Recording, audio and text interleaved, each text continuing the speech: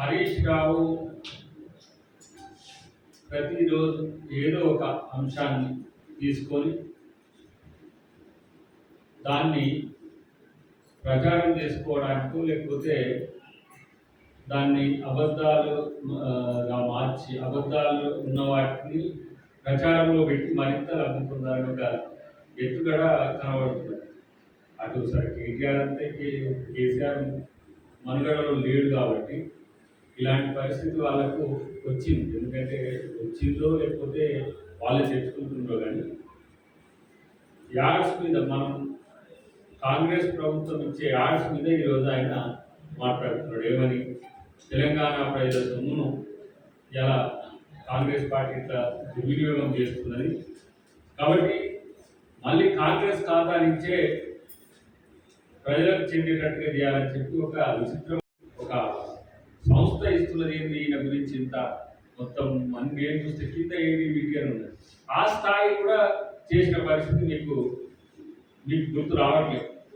తర్వాత తెలంగాణ రాష్ట్ర సమితి అనే దాన్ని భారత రాష్ట్ర సమితిగా మార్చినప్పుడు ఇవన్నీ మనకు తెలియని భాషలో ఇప్పుడు ఉన్నాయి, మీకు చూపిస్తాయి. తెలియని భాషల్లో కూడా చేసిన యాడ్స్కి సంబంధించి అక్కడ ఎవరు చూస్తారో చూడరు కానీ అంత పెద్ద ఎత్తున మరి వారు నిరసన ఏమంటారు వాళ్ళు వారి యొక్క యాడ్స్ ఇచ్చిన ఒక మరి దాని యొక్క కంటెంట్ లేదంటే ఇస్తున్న యాడ్స్ చేసినవి కావాలి. అంటే మేము కాంగ్రెస్ పార్టీ ఖాతా నుంచి చెల్లించాల్సిన అవసరం వచ్చింది అని చెప్పే పరిస్థితి వస్తే మరి నువ్వు నాకు తెలిసేది ఒక 5-6 వేల కోట్ల రూపాయలు మరి బీఆర్ఎస్ ఖాతా నుంచి ప్రజలకు చెల్లించాలి మీకు ఇచ్చిన యాడ్స్. ఎందుకు ఈ మాట అంటున్నట్టే ఒక్కొక్క దాని లెక్క అంతా కూడా మనం పెడితే ఏ ఎన్నిక వచ్చినా ఏదైనా కానీ ఏం లేకున్నా సరే కేసీఆర్ సంతోషం కలిత పేపర్ యాడ్స్ వచ్చినాయి. సరే పేపర్ వ్యక్తులు కొన్ని పేపర్లకు అది ఆర్థికంగా కలిసి రావచ్చు కాదు, కానీ మీరు చేసిన పథకాలు ప్రచారం చేసుకోవడానికి చేసిన దాన్ని కాంగ్రెస్ ఖాతా నుంచి చెల్లించమనే స్థితి వచ్చింది అంటేనే వీళ్ళకు మేము చేస్తున్న పనులు ఒక జిలస్ మైండ్తో ఉన్నారు. కాబట్టి మేము చేస్తున్న పనులు చెప్పుకుంటే కూడా ఇది ప్రచారంలో పోతున్న ఉద్దేశం కూడా ఈ కడుపులో నొప్పిగా మనకు కనబడుతున్న పరిస్థితి ఉన్నది. ప్రభుత్వం మీరు చెయ్యని వాటిని చేసినట్టుగా చెప్పుకుంటే లేదు, కానీ చేసిన వాటిని ఎట్లాగో మీరు అనరు, ఇది చేసింది ఇది చేయలేదని కూడా అనరు మీరు. కానీ ఇది చేసిన దాన్ని మేము ప్రజలకు వివరించే ప్రయత్నం చేస్తే యాడ్స్ అని చెప్పి ఏదో ఒకటి వంకతోని ఇవి మీరు చూడండి.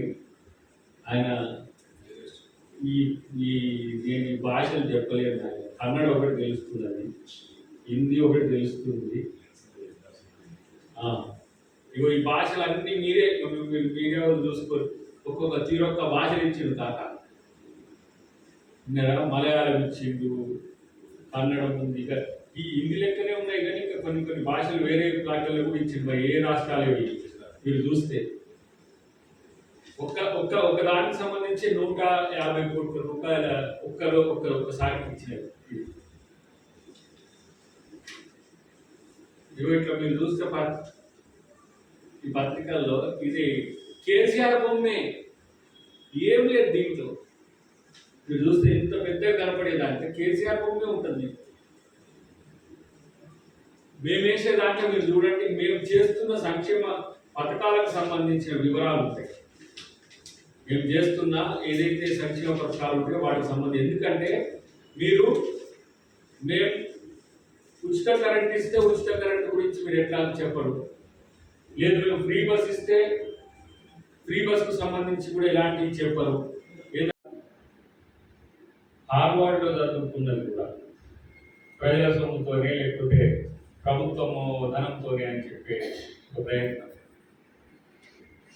ఏమైనా ట్రావెలింగ్ ఎక్స్పెన్సెస్ మాత్రమే పర్మిటెడ్గా ఉంటాయి తప్పితే హార్వర్డ్ స్కూల్ యొక్క ఫీజు కూడా తనే కట్టుకున్నాడు. సొంత ఖర్చులతో కట్టుకునే దాంట్లో సొంత ఖర్చులతో కట్టుకునే అవకాశం ఉంటుంది. కానీ వీళ్ళు ఖరీదరిద్రుడు రాస్తాను అర్థం కాదు. మీకు ఎవడెవడు చెప్తుంది అసలు మిమ్మల్ని కాదు. మీదేమో పెద్దదారితనం దొరతనం ఇలా మేమేమో స్కూళ్ళు, రెసిడెన్షియల్ స్కూళ్ళు పెరగాలి, ఇంటర్నేషనల్ స్కూల్స్ ఏదైతే కాన్సెప్ట్ స్కూల్స్ ఉన్నాయి అవి పెరగాలి, మంచి విద్యను అందించాలి, మంచి జీవితం ఇవ్వాలని, సన్న బియ్యం, రేషన్ కార్డు ఇచ్చి పేదోళ్ళకి ఇట్లా చేయాలని, ఇల్లు కట్టాలని మాకు ఆలోచన వస్తుంది. మీకు గొర్రెలు గొర్రెలు పెంచుకోవాలి, బర్రెలు పెంచుకోవాలి, లేకపోతే మళ్ళా పాత రాజకీయం నాటి వృత్తులకు వెళ్ళిపోవాలని మీరు. అంటే ఈరోజు నేను అంటున్న ఒక మాట, హరీష్ రావు లేదంటే ఇక కేటీఆర్ ఇద్దరు కూడా చదివింది, ఈయన ఆయన కూడా అంటాడు, ఆయన కూడా ఈయన. ఈరోజు మీకు చిత్తశుద్ధి ఉంటే, లేదంటే ఇంకేం చెప్పాలా మాట, మీరు చేసే ట్వీట్ల మీదనో, మీరు కామెంట్ల మీదనో, మీరు పెట్టే ప్రెస్ మీట్ల మీదనో మీకు ఏమాత్రం కొంత గౌరవం ఉన్నా ఒక్కసారి హార్వర్డ్ స్కూల్లో చదివిన దానికి సంబంధించి ఫీజు ఎవరు కట్టిందో చూసుకోండి సార్. ముఖ్యమంత్రికి ఉండే ఏవైతే వెసులుబాట్లు ఉంటాయో వాటి మాత్రమే పరిమితమయ్యే పరిస్థితి ఈరోజు ఉంటుంది తప్పితే మీలాగా ఇష్టం వచ్చినట్టుగా సొంత మీరు చేసే టూర్లలో ఇష్టం వచ్చినట్టుగా ప్రభుత్వ ధనాన్ని ఖర్చు చేసినట్టుగా చేయడానికి ఆయన ఇష్టం లేదు, చేయలేదు.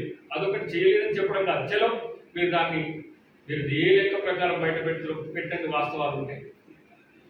మీకు చదువుకుంటే కూడా ఓరవడం చేత కాదు కదా ఆయన. మనోడు ఈ కేటీఆర్ ఏం చదివినో నాకు తెలియదు, కానీ ఈయన 10th ఇంటర్మీడియట్ చదువుకుంటాడు హరీష్ రావు. అసలు చదువు ఎట్లా ఉంటుంది, చదువుకు సంబంధించిన ఖర్చులు ఎవరు భరించాల్సి, ప్రభుత్వం తెలంగాణ ప్రభుత్వం భరించింది అని చెప్పి ఎవడు నీకు చెప్పింది?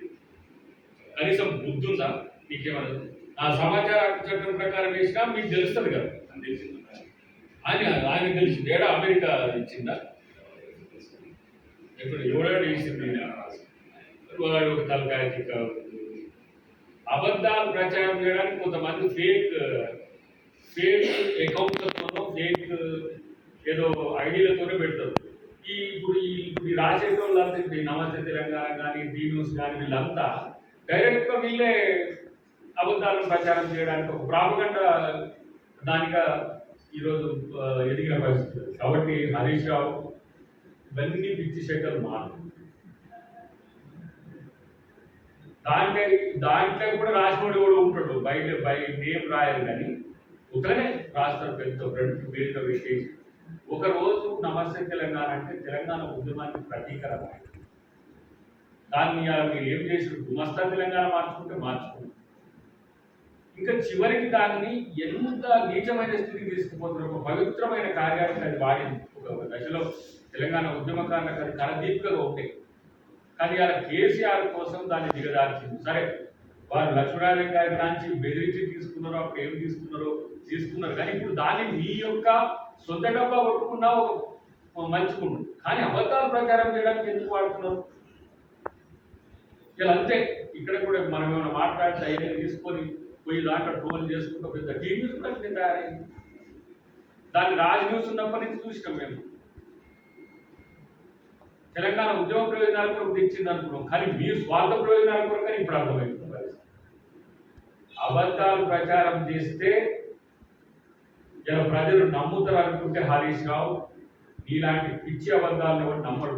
బండకేసి బాధినా మీకు ఇంకా సిగ్గు రావట్లేదు.